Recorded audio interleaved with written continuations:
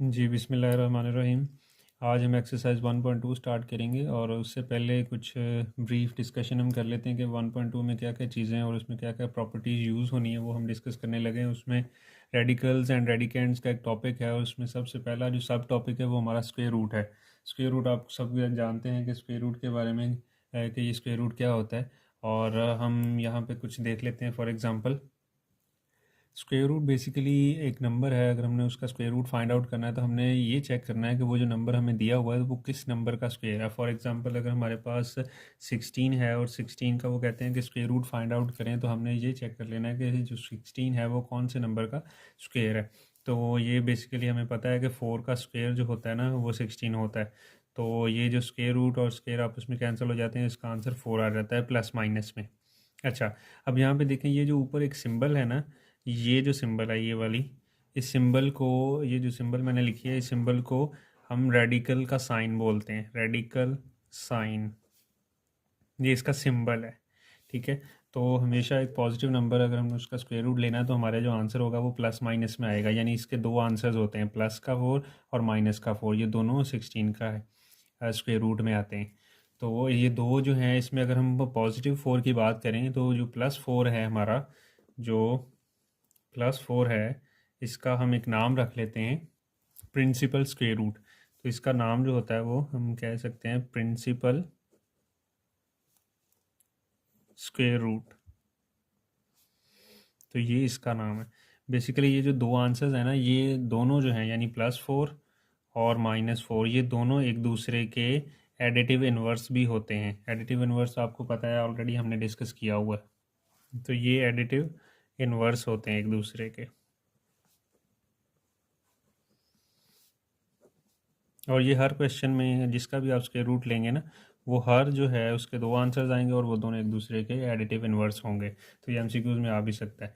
अच्छा, उसके बाद हमने इसके सिंबल को भी डिस्कस कर लिया कि हम इसका जो सिंबल है उसको रेडिकल साइन बोलते हैं। और अगर हम ये जो सिंबल के नीचे जो वैल्यू लिखी हुई है, जो नंबर लिखा हुआ है, इसकी बात करें तो इसे हम रेडिकेंड बोलते हैं। जो हमारा टॉपिक है इसके अंदर रेडिकल्स एंड रेडिकेंड है। रेडिकल का हमें पता चल गया कि ये जो रेडिकल का साइन है ये है, और उस रेडिकल के साइन के नीचे जो वैल्यू लिखी हुई है उसको हम रेडिकेंड बोलते हैं। अब हम देख लेते हैं इसकी कुछ वैल्यूज़ होती हैं कि अगर हमारे पास सिंपल ये जो रेडिकल है इसकी वैल्यू होती है एक्सपोनेंशियल फॉर्म में 1/2। ठीक है, इसको इसी वजह से स्क्वायर रूट भी बोलते हैं। स्क्वायर रूट का मतलब ये बेसिकली रूट है, और ये जो 2 है वो यहाँ से स्क्वायर, यहाँ से इसकी वैल्यू निकली है कि ये 2 है, तो इसको स्क्वायर रूट बोलते हैं। इसी तरह अगर हमारे पास ये जो सिंबल है इसके साथ बाहर 3 लिखा हुआ है तो हम इसे बोलते हैं क्यूब रूट, और इसकी वैल्यू 1/3 होती है। ये जो 3 पावर है ये क्यूब को शो कर रहा है, और ये जो सिंबल है ये रूट को शो कर रहा है, तो ये क्यूब रूट होता है। इसी तरह यहाँ पे अगर पावर 4 होगी तो वो फोर्थ रूट होगा। इसे हम index of a square root भी बोलते हैं। तो यहाँ पे अगर हम देखें कि यहाँ पे इसका इंडेक्स क्या है तो वो 3 है। यहाँ पे इंडेक्स ये जो है यहाँ पे 2 है। जो 2 है इसके बाहर नहीं लिख सकते, यानी ये सिंबल लिख लें या फिर ये सिंबल लिख लें, ये दोनों सेम बातें हैं। इस वजह से यहाँ पे 2 हम नहीं लिखते, और अगर 2 ना लिखें तो उसका मतलब भी 1/2 उसकी एक्सपोनेंशियल वैल्यू यही होती है। और एक और इम्पॉर्टेंट बात कि जो है ना, स्क्वायर रूट कभी भी नेगेटिव नंबर का नहीं लिया जा सकता। हाँ, अलबत्ता अगर हम माइनस कोई नेगेटिव नंबर है उसका स्क्वायर तो लिया जा सकता है, लेकिन उसका स्क्वायर रूट नहीं लिया जा सकता रियल नंबर्स में। अगर हम नेगेटिव नंबर का स्क्वायर रूट लेते हैं तो वो जो है वो इमेजिनरी नंबर में चला जाता है, यानी कम्प्लेक्स नंबर्स में डिस्कस किया जाएगा, और वो फिर अलग टॉपिक है। जी, तो नेक्स्ट हमारी कुछ प्रॉपर्टीज़ हैं रेडिकल्स की। उसके अंदर जो पहली प्रॉपर्टी है वो प्रोडक्ट रूल फॉर रेडिकल्स है, यानी रेडिकल्स को कैसे हम मल्टीप्लाई कर सकते हैं। तो वो बड़ा आसान काम है कि हमारे पास, अगर हमारे पास एक है ए स्क्वायर रूट, और बाहर कोई यहाँ पे जो इंडेक्स है वो 1 2 3 या n कोई भी हो सकती है, इसको आपने मल्टीप्लाई करना है बी स्क्वायर रूट। बाहर इसकी भी पावर जो है वो सेम है, n ही है। तो इसको हम कंबाइन करके ए और बी को इकट्ठा मल्टीप्लाई करके और बाहर इसकी इंडेक्स ओवरऑल n लिख सकते हैं। तो ये प्रॉपर्टी को हम प्रोडक्ट रूल कहते हैं रेडिकल्स का। इसी तरह मैं इसकी और एग्जांपल नंबर्स के लिहाज से दे देता हूँ कि अगर यहाँ पे 8 है और बाहर पावर उसकी 3 है, यानी ये क्यूब रूट है 8 का। और यहाँ पे अगर हम 27 और उसकी भी बाहर पावर 3 लिख लें, तो इसको हम कंबाइन करके 8 मल्टीप्लाई बाय 27, और बाहर इसका इकट्ठी जो है वो इंडेक्स या इकट्ठी जो पावर है वो हम बाहर 3 लिख सकते हैं। तो इस प्रॉपर्टी को हम प्रोडक्ट रूल फॉर रेडिकल्स बोलते हैं, बशर्ते ये कि ये दोनों जो हैं बाहर जो नंबर्स लिखे हुए हैं इंडेक्स नंबर्स वो दोनों सेम होने चाहिए, तब हम इसको कंबाइन करके लिख सकते हैं। अंदर वाली वैल्यूज़ चाहे डिफरेंट हो उससे कोई लेना देना नहीं है, बाहर जो क्यूब रूट या यहाँ पे फोर्थ रूट दोनों का सेम होना चाहिए, यानी यहाँ पे दोनों की पावर्स को सेम होना ज़रूरी है, फिर हम इसको कंबाइन करके लिख सकते हैं। जी, तो इसी तरह नेक्स्ट इसका जो रूल है, नेक्स्ट प्रॉपर्टी है कोशेंट रूल फॉर रेडिकल्स, उसके अंदर भी यही सेम प्रॉपर्टी, लेकिन यहाँ पे मल्टीप्लाई की जगह पे हम डिवाइड लिख सकते हैं कि ए का स्क्वायर रूट और उसका बाहर पावर एन है, और यहाँ पे बी का स्क्वायर रूट और उसकी भी बाहर पावर एन है, तो इसको हम कंबाइन करके ए ओवर बी और होल की पावर एन लिख सकते हैं। तो ऐसी प्रॉपर्टी जिसके अंदर ये जो पावर है वो सेम है, यानी बाहर जो इंडेक्स नंबर है वो सेम है, तो उसको कंबाइन करके लिखा जा सकता है, और इस प्रॉपर्टी को हम कोशेंट रूल फॉर रेडिकल्स बोलते हैं। एग्जाम्पल इसकी हम ले लेते हैं, आई फॉर एग्ज़ाम्पल आप यही ले लेंगे कि 8 जो है इसकी भी पावर 3 है और डिवाइड हो रहा है 27 और उसकी भी पावर 3 है, तो आप इसको कंबाइन करके 8 ओवर 27 और बाहर इसकी इकट्ठे की पावर 3 जो है वो लिख सकते हैं। ऐसी प्रॉपर्टी को हम क्वेश्चन रूल बोलते हैं। जी, तो हमारी 1.2 एक्सरसाइज स्टार्ट होने जा रही है, जिसमें क्वेश्चन नंबर 1 है कि हमने यही जो हमने प्रोडक्ट और क्वेश्चन रूल हमने जो प्रॉपर्टीज़ अप्लाई की थी अभी थोड़ी देर पहले, वो हमने वहाँ यहाँ पे यूज़ करते हुए जो क्वेश्चंस हैं उसको सिंप्लीफाई भी करना है, और उसको for radicals right in single expression, और ये जो दो एक्सप्रेशन अलग अलग करके लिखे हुए हैं हमने इसको कंबाइन करके एक में लिखना है एंड सिंप्लीफाई, और सिंप्लीफाई भी करना है। सिंप्लीफाई अगर तो कुछ क्वेश्चंस होते हैं तो उसको हम कर सकते हैं आगे मज़ीद, अगर नहीं सिंप्लीफाई हो रहे तो हम वहाँ पे उसको स्टॉप कर देंगे। जैसे ये हमारा पहला क्वेश्चन है, क्वेश्चन नंबर 1 का जो फर्स्ट पार्ट है, इसके अंदर ये देखें दोनों जो है वो इंडेक्सेस सेम है, इंडेक्स यानी इसका भी इंडेक्स 3 है, इसका भी इंडेक्स 3 है। इंडेक्स की प्लूरल फॉर्म इंडिसेस होता है, तो मैं इसको इंडिसेस बोलूँगा। ये यहाँ पे दोनों सेम है, तो इसका मतलब हम इसको यहाँ पे अप्लाई कर सकते हैं, और दरमियान में डॉट यानी मल्टीप्लाई है, और फिर कौन सा रूल अप्लाई होगा यहाँ पे प्रोडक्ट रूल अप्लाई होगा फॉर रेडिकल्स का। तो आप इसको सिंप्लीफाई लिख सकते हैं, 6 मल्टीप्लाई बाय 6, और इसकी होल की पावर आप 3 लिखेंगे, और इसको मल्टीप्लाई कर लें 36 और ये 3। अब आप यहाँ पे देखें 36 इसका आंसर आ गया है, हमने एक सिंगल एक्सप्रेशन में इसको कन्वर्ट कर दिया एंड सिंप्लीफाई लिखा हुआ है। अगर हमें आप इसकी जो है वो रफ पे अगर करें 36 को जो है वो इसकी फैक्टराइजेशन करें तो 2 1 और ये 8 बन जाएगा, फिर 2 9 आ जाएगा, फिर 3 3 और 3। तो यहाँ पे देखें 2 2 3 3 यानी 2 का एक पेयर बन रहा है और 3 का एक पेयर बन रहा है, लेकिन बाहर जो है वो पावर क्या है 3 है, तो इसका मतलब इसकी जो है वो फैक्टराइजेशन यानी इसको मज़ीद आप सिंप्लीफाई नहीं कर सकते। क्यों नहीं कर सकते? क्योंकि जो बाहर पावर जो इंडेक्स नंबर है ना, उतना ही टाइम्स कोई नंबर हमारा आना चाहिए। यहाँ पे 2 भी 2 टाइम्स आ रहा है, 3 2 टाइम्स आ रहा है, यहाँ पे कोई भी ऐसा नंबर नहीं है जो 3 टाइम्स आ रहा हो। अगर तो 3 टाइम्स आता तो फिर हम इसको मज़ीद सिंप्लीफाई कर सकते थे, तो इसलिए ये इनफ है, यहाँ तक इसका काफ़ी है, इसको मज़ीद हम सिंप्लीफाई नहीं कर सकते। तो सेकंड पार्ट पे चलते हैं।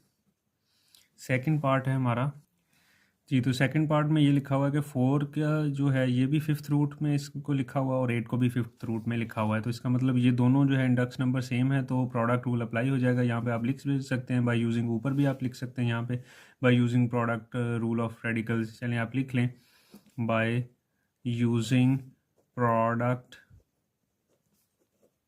रूल फॉर रेडिकल्स,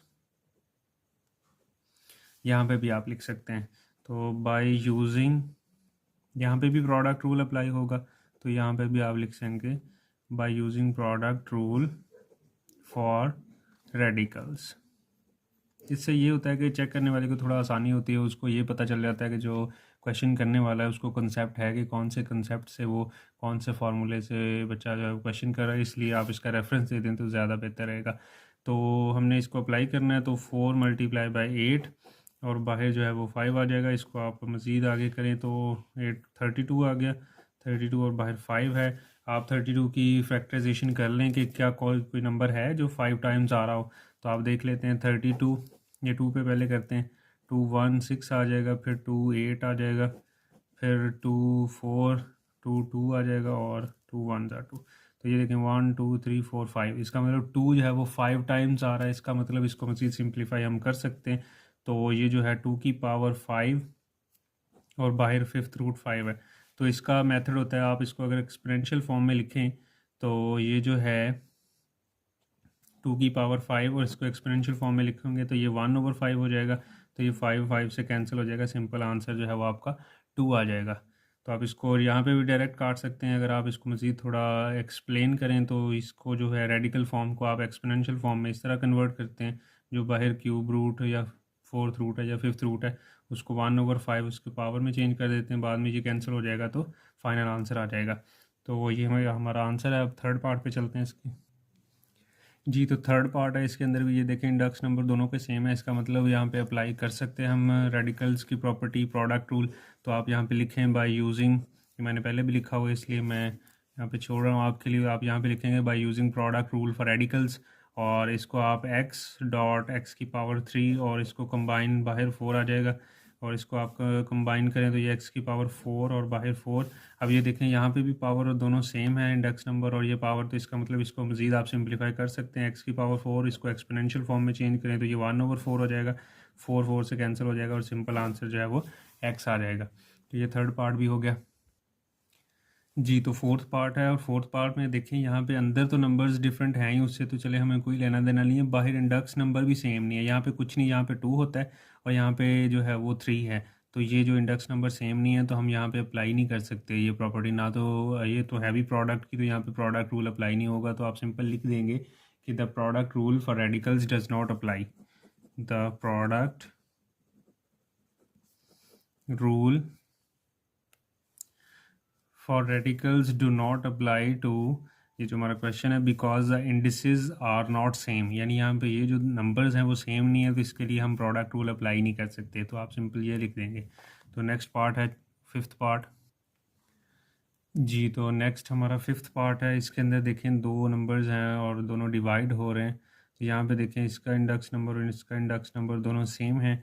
तो अब बाय आप यहाँ पे लिखेंगे by using quotient rule for radicals. तो आप यहाँ पे लिख दें, ये मैंने आपके लिए छोड़ दिया, यहाँ पे आप लिखेंगे by using quotient rule for radicals, और इसमें ये सेम है तो हम इसको कंबाइन करके x⁻7 और x⁻5 और उसका होल जो है वो ऊपर फोर्थ रूट आ जाएगा। तो यहाँ पे 4 लिखेंगे। अब इसको आप सिंप्लीफाई कर सकते हैं। तो x⁻7 ये जो है, जब पावर दोनों बेस सेम है, यानी ये भी x की पावर है ये भी x की पावर है, यहाँ पे ये जो है x है इसको बेस कहते हैं और जो उसका नंबर पावर में होता है उसको एक्सपोनेंट बोलते हैं। तो यहाँ पे 7 एक्सपोनेंट है, यहाँ पे 5 एक्सपोनेंट है। अगर किसी एक्सप्रेशन के अंदर बेस सेम हो तो उसकी पावर्स जो हैं वो आपस में सॉल्व हो सकती हैं। अगर दोनों डिवाइड हो रही हैं तो ये दोनों आपस में माइनस हो जाएंगी, और अगर ये मल्टीप्लाई हो रही होती तो इन दोनों को हम जो है वो पावर्स को सम अप कर सकते थे, प्लस कर सकते थे। तो यहाँ पे जो है बेस सेम है लेकिन ये दोनों नंबर्स जो हैं वो डिवाइड हो रहे हैं, तो इसकी पावर जो है वो, ये प्लस थी पावर ऊपर जाके माइनस हो जाएगी, तो 7-5, और ऊपर इसका जो रूट है वो वही फोर्थ रूट ही रहेगा। तो ये 7-5 2 होता है। इसको 4 लिखें और इसको मज़ीद अगर आप सिंप्लीफाई करें तो x⁻2 और इसको एक्सपोनेंशियल फॉर्म में लिखें तो ये 1/4 बन जाएगा। और ये देखें तो ये 2 2s are 4, ये आपस में कैंसिल हो जाएगा, यहाँ पे 1/2 रह जाएगा, ये इसके साथ कैंसिल हो जाएगा। और आपको पता है एक्सपोनेंशियल फॉर्म जो है वो 1/2 आई है। और मैं आपको थोड़ा सा ओवरव्यू दे दूँ कि हमारे पास जो सिंपल थी, हमारे पास ये जो रेडिकल साइन है इसकी वैल्यू 1/2 होती है, और अगर बाहर 3 हो तो इसकी 1/3 होती है, और अगर बाहर 5 है तो 1/5 होती है। इसी तरह आप जो भी बाहर जो नंबर लिखा है उसको आप जस्ट डिनोमिनेटर में लिखते हैं तो वो उसकी एक्सपोनेंशियल फॉर्म में चली जाती है। तो यहाँ पे देखें हमारे पास x⁻1/2 है, तो इसका मतलब जो है ये x स्क्वायर रूट के बराबर है। तो ये हमें इसको फाइनली ऐसे लिख सकते हैं।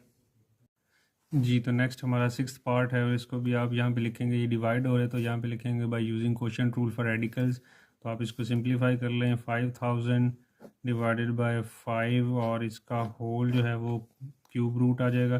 5000 और 5 ये आपस में डिवाइड हो रहे हैं तो आप इसको कैंसिल कर दें तो ये आ जाएगा 1000। आप लिखेंगे 1000 और उसकी जो है वो बाहर क्यूब रूट आ जाएगा। अब आप 1000 की फैक्टराइजेशन कर लें ताकि हमें पता चल जाए कि कौन सा ऐसा नंबर है जिसको हम 3 टाइम्स इसके अंदर इसकी फैक्टराइजेशन में आ रहा है, तो हम इसकी फैक्टराइजेशन करते हैं। जी, तो हमने इसकी फैक्टराइजेशन कर ली है, और फैक्टराइजेशन के मुताबिक हमारे पास दो नंबर्स हैं, एक तो 2 जो है वो 3 टाइम्स आ रहा है और एक 5 3 टाइम्स आ रहा है।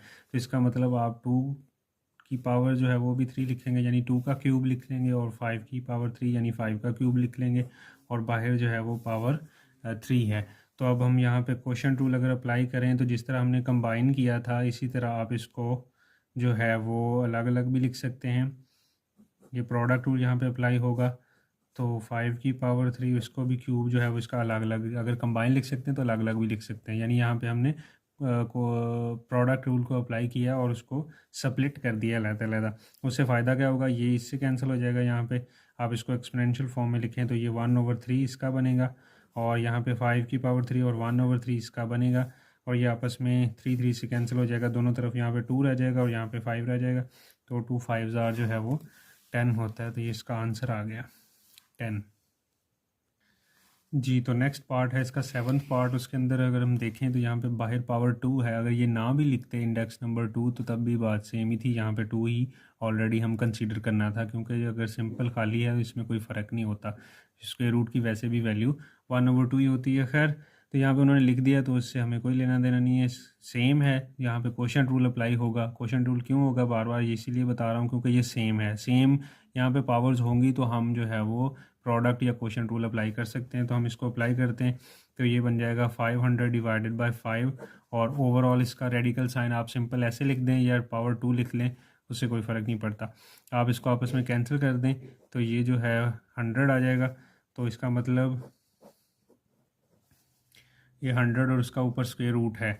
तो हम इसकी फैक्टराइजेशन कर लेते हैं कि कोई ऐसा नंबर है जो कि इसके पेयर्स बनाता हो, यानी 2 टाइम्स कोई आ रहा हो। अगर 2 पे करें तो 50 आता है, फिर 2 पे करें 25 आता है, फिर 5 पे कर लेते हैं 5 आ गया, और 5 से और ये आ गया।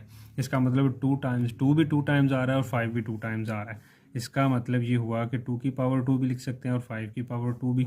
और वही वाली बात जैसे पहले हमने पिछले क्वेश्चन में किया था, तो हम यहाँ पे भी 2 की पावर 2 को स्प्लिट कर लेते हैं प्रोडक्ट रूल से, और यहाँ पे भी इसको भी आप स्प्लिट कर लें। तो यहाँ पे इसको मैं डायरेक्ट कर रहा हूँ, आप इसको एक्सपोनेंशियल फॉर्म में भी कन्वर्ट कर लीजिएगा। मैं इसको डायरेक्ट कैंसिल कर रहा हूँ, यहाँ पे 2 रह गया, और यहाँ पे भी डायरेक्ट कैंसिल करने के बाद 5 रह जाएगा, और 5 2 10, इसका भी 10 आंसर आ गया है जी। तो नेक्स्ट है 8th पार्ट, और उसके अंदर अगर आप देखें यहाँ पे बाहर जो है वो 3 है, यानी ये क्यूब रूट में लिखा हुआ, और यहाँ पे बाहर 2 है, यानी ये स्क्वायर रूट है। अंदर दोनों डिफरेंट वैल्यूज़ हैं, बाहर भी दोनों डिफरेंट इंडेक्स नंबर हैं। तो अंदर तो हमें कोई लेना देना नहीं, लेकिन अगर बाहर इंडेक्स नंबर सेम नहीं होंगे तो हम ये जो रूल्स हमने पढ़े थे, प्रोडक्ट रूल या क्वोशंट रूल फॉर रेडिकल्स, वो हम अप्लाई नहीं कर सकते। तो हमने सेम यहाँ पे जैसे पहले लिखा था वही हमने यहाँ पे बाहर लिखते नहीं है कि ये जो इसके लिए हम प्रोडक्ट रूल अप्लाई है, क्योंकि दरम्यान में मल्टीप्लाई है ना, तो प्रोडक्ट रूल हम यहाँ पे अप्लाई नहीं कर सकते क्योंकि इनके इंडेक्स नंबर सेम नहीं है जी। तो हमने ये लिख दिया कि प्रोडक्ट रूल जो है वो रेडिकल्स का do not apply to this question because the indices are not same, क्योंकि ये सेम नहीं है तो हम यहाँ पे अप्लाई नहीं कर सकते। तो ये हमारा क्वेश्चन नंबर 1 कंप्लीट हो गया।